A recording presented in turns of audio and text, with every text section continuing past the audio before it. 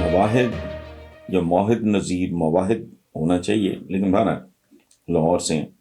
وہ کہتے ہیں یہ علیم خان اپنے ساتھیوں سمیت جہانگیر ترین گروپ میں شامل ہونے جا رہے ہیں۔ عمران خان کے لیے سب سے بڑا خطرہ اور تحریک انصاف میں واحد سیاستدان جہانگیر ترین تھے جو کسی بھی وقت پارٹی کو ہائی جیک کر سکتے تھے، اسی وجہ سے ان کی قربانی دی گئی۔ آپ کیا سمجھتے ہیں؟ دیکھیں، میں نے کیا سمجھنا ہے، آپ جتنا آپ سمجھتے ہیں اتنا ہی میں سمجھتا ہوں۔ ایک بڑا مشہور مصرع ہے جس میں پاکستان کی تصویر اور تقدیر چھپی ہے، منزل انہیں ملی جو شریک سفر نہ تھے۔ یہ پورے پاکستان کی کہانی ہے اور تحریک انصاف کی بھی یہی کہانی۔ میرا خیال ہے جتنی کمٹمنٹ کے ساتھ، جسے کہتے ہیں فارسی میں کہتے ہیں دامے درمے سخنے، ہر اعتبار سے محنت کی بے تحاشا، پیسہ لٹایا بے تحاشا، رسک لیے بے تحاشا، لیکن وہی بات جو میں نے پہلے عرض کی،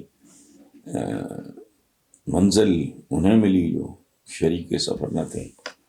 یہی صورتحال ہے۔ آپ جو کہہ رہے ہیں کہ جو شامل ہونے جا رہے ہیں، تو یہ اگر موقع پرست ہوتے، یہ دونوں لوگ منافق ہوتے تو چپکے سے پڑے رہتے، جیسے اور کئی لوگ ہیں، میں ذاتی طور پہ جانتا ہوں بے شمار لوگ ہیں جو بدظن ہو چکے ہیں اور وہ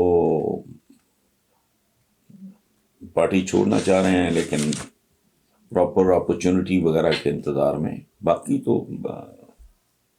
یہ تو ظاہر ہے بہت ہی عام لوگ تھے جنہوں نے اتنی مار کھائی۔ اور حیرت انگیز بات ہے، لوگ اگر ان میں سے کسی پہ کچھ شک کریں تو وہ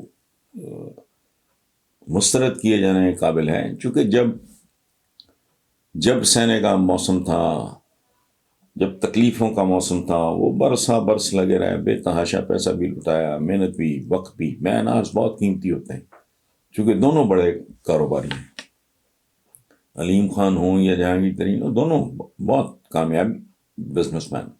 تو وہ ایک کاروباری آدمی اگر اپنے مین آورز بے شمار دے دے، پیسہ دے، محنت کرے، بھاگ دوڑ کرے، لوگوں کو کنونس کرے، اور اس کے بعد ان کو سائڈ لائن کر دیا جائے، تو پھر وہ جو بھی کریں گے جائز ہے۔